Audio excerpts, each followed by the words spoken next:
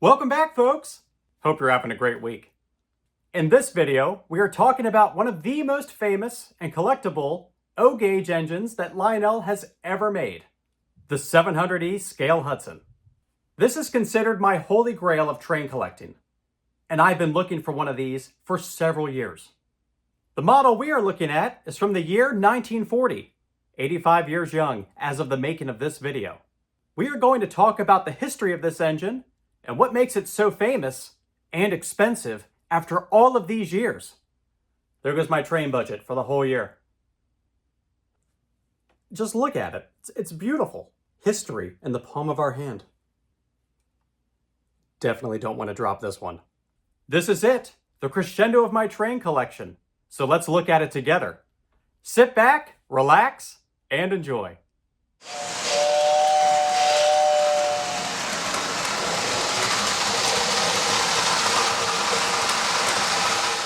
The pre-war Lionel 700E is the train engine I've always wanted. If you could have any engine in your collection, what would it be? Leave me a comment and let me know. I have been on the lookout for a 700E Scale Hudson for several years. It's been a long time. And I've been really picky about this particular model. And when I say picky, it's because I've been looking for one in a certain condition, and I found it. These are old. They're from the pre-war period of Lionel, which means it is a train that was produced before World War II. Thanks to my friends in the Train Collectors Association, I was able to locate an expert in the Northeast who specializes in Lionel 700E steam locomotives. And that's where I found this bad boy for sale. When I was looking for this engine, the condition really mattered to me. I wanted to make sure that the frame was straight, that there's no zinc pest, or any type of decomposition happening on the locomotive. That's why this one stuck out to me, and that's why I did so much research. You got to do your research. It helps to see these in person. Luckily, thanks to the internet, lots of photos went back and forth on this particular model, but I wanted to make sure that I was getting a train engine that was in really good shape. Many of the 700Es and many of the vintage trains, quite honestly, suffer from something called zinc pest, which is a metal decomposition. An engine with zinc pest typically will warp and the cow catcher will rub against the track. The pilot on this 700E is unshaven because the castings are perfect. There are so few 700Es out there where this is true. Having that nice straight chassis allows this engine to run today just as it would have in 1940. Lionel took on the ambitious project that is the 700E in 1937. When most folks think about really old Lionel trains, we're thinking about the tin plate design of those early pre-war locomotives. A lot of standard gauge, some of the early O-gauge, like the Red Comet set. The Hudson was Joshua Lionel Cowan's favorite steam locomotive. For those of you who don't know who Joshua Lionel Cowan was, he was the founder of Lionel Electric Trains. And I agree with Joshua Lionel Cowan that the Hudson proportionally is one of the most beautiful steam engines ever assembled. Sorry, it's America. It's just my opinion. I can handle it. Bring it on. The 700E Scale Hudson first appeared on the cover of the 1936 Lionel catalog and would remain there for 7 consecutive years until 1942. I can't think of any other engine that's been on a consecutive catalog like the 700E. The Hudson was a hit when it hit the market in 1937. It was unlike anything Lionel had ever made. It was the first accurate scale steam engine that they had produced, and even for its time, it was considered expensive. $75 would get you this train engine. It came with a fancy display board, which I don't have, unfortunately. Lionel certainly had competitors during this time, but the 700E was arguably the best engine of them all. These trains were made from 1937 to 1942. Each year, it was changed just a little bit. If you are looking to collect a 700E, you want to make sure the components on it are specific to the year it was made. It was not uncommon that repair shops and other folks and hobbyists would swap parts. Think of it as collecting a vintage car where you want the paint and all the components to match the VIN number. That's what you're looking for when you're selecting or collecting a vintage Hudson.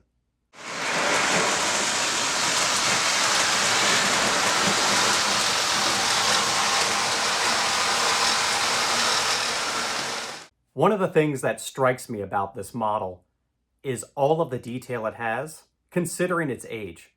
Looking at the engine as we sweep across it, you can see all of these separately applied details. Remember, this engine is 85 years old.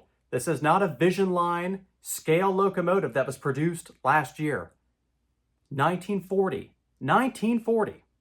Notice the spoked wheels. Each wheel on this locomotive is flanged.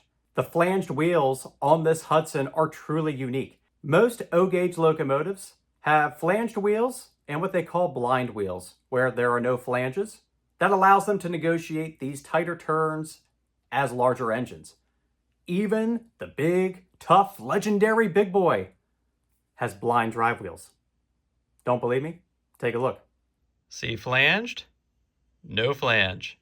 No flange. Flange. Told ya. Mechanically, the engine is simple in design. It has a traditional motor with an E unit for forward and reverse operation. It only runs in conventional operation. This is not a command engine. There's no computer in it. Vintage train. It does have an air whistle. So there you go. It has some sound. As old as this engine is, it runs like a Swiss watch. I feel like that's the cliche, right? It's almost like when someone says, Lionel knocked this one out of the park. Atlas hit a home run with that diesel. The cliches of O-gauge. What am I talking about? Lionel really spared no detail in this engine. The only thing that really stands out as not prototypical are these vintage lamps on the front. I mean, that's really it. If I sit it next to a modern MTH Premier or another Lionel version, I mean, it's the same.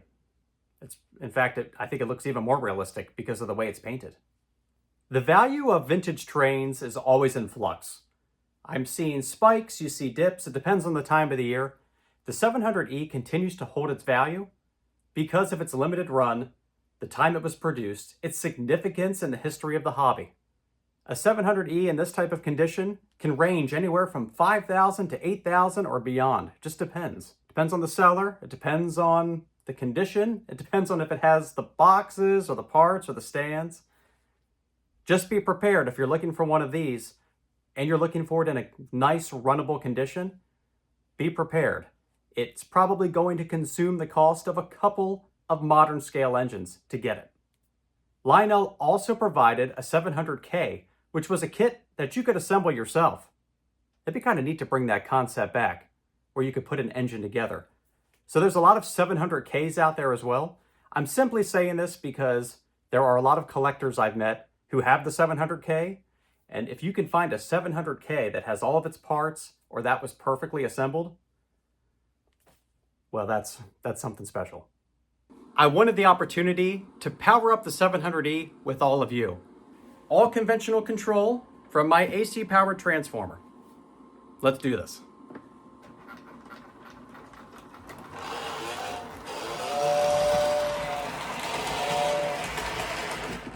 And bring it back. Very quiet, perfect drivetrain. Literally makes almost no noise. There's more noise coming out of my transformer and out of my rambling mouth.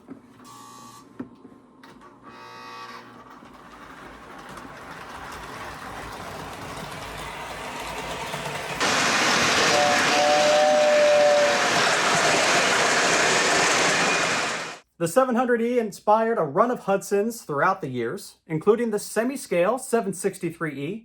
So this is one I've run before. This is another pre-war Hudson, but it doesn't have all the detail of the 700E. Still looks really cool. It's a beautiful Hudson. Moving up into the post-war era, there's the famous 773. Talked about that one a lot. Produced in 1950 and in 1964. Then again, MPC era, the Lionel 783 Hudson. And then we have the late 80s, the 787? What is it? Hang on, I gotta find it. It was the 785. Lionel re-released the 700E in 1990. The cab number is 5340, so close to the original 5344. The coloring is this high gloss finish with some differences. This engine is another version of the 700E. So if you want a Hudson, like the pre-war, but maybe you're not able to find one or the budget's just not there, the 1990 versions are plentiful and they are beautiful. This is the whole reason I wanted to show the 5340 in this video, so that we can all see just how neat of a Hudson it is running next to the original. In 2010, Lionel would bring back the 700E as part of their Vision line. The difference with this engine, though, is that it was equipped with all of Lionel's latest technology. Things like smoking whistle, swinging bell, features that we hadn't seen in other O-gauge models. The swinging bell and the smoking whistle are pretty common features now, but in 2010, they were new, cutting-edge features, and Lionel chose the Hudson as the engine to bring them to market. This year, in 2025, we're celebrating the 125th anniversary of Lionel, and guess which engine is the marquee? The 700E.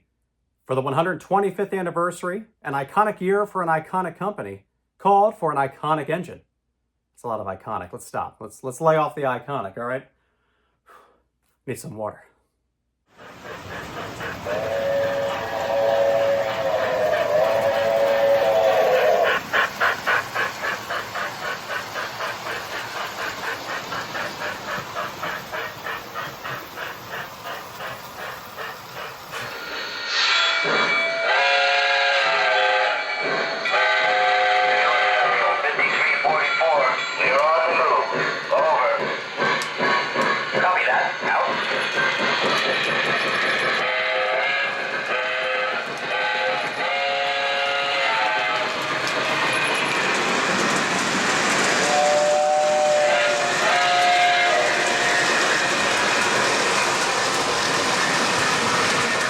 The 700E predates technological advancements such as magnet traction, so the engine doesn't really pull a lot of cars.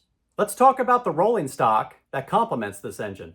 Lionel produced two different sets of cars that went with the 700E. Now I'm searching for the original car sets, and I'm being picky because I want them to be in the same condition as our 700E. So while I'm searching, I brought in a great friend and fellow YouTuber, Sid from Sid's Trains. Friday Night Hudsons with Sid's Trains. How many Hudsons do we have tonight? We have 3 Hudsons going around the layout. 3, that's right. Luckily, Sid owns some replicas of the original pre-war passenger and freight cars, and he was kind enough to bring them to my house, along with 2 modern Hudsons, so we could run them all together and see what they look like. The passenger set, known as the Rail Chief, features these bright red tin plate streamlined cars. Crazy looking and far from prototypical compared to our 700E, but it's important when we're celebrating the history of this train. My personal preference is the freight set. These remakes are identical matches to the original 4-car set that featured a boxcar, tank car, coal hopper, and a caboose. This just looks so good together. I don't think this 700E could pull very many more cars, to be honest with you. It's all looks and no brawn, but it looks good doing it. The original freight cars for this set feature scale couplers. Folks that like to do custom couplers like the KD couplers where they're the small scale couplers, believe it or not, Lionel shipped the 700E with the scale coupler. It's right here. These remakes have standard knuckle couplers, so Sid and I had to attach an adapter. No big deal. If you notice the knuckle couplers, we had to do that for the video. Sorry, movie magic. When I find the actual pre-war cars, the actual pre-war versions of these cars, they will have the scale couplers. The Hudson has played a significant role in O-gauge over the many years that O-gauge trains have been produced. But no matter which one we're running, whether it's the Lionel Vision line or an MTH Premier or a Sunset Models third rail, they all trace their lineage back to the famous Lionel 700E scale Hudson from the pre-war period. I really am beyond excited about this engine. Do I even collect more trains at this point? Yes. There will always be more trains. There's always more trains. But this Hudson has been the core memory of my train collecting era, the crescendo of the collection, and the stealer of my yearly train budget. But we got it. As always, a huge thank you to all of my subscribers and everyone who's been supporting this channel. My name is Chris, and this is RBP Trains. We'll see you next time.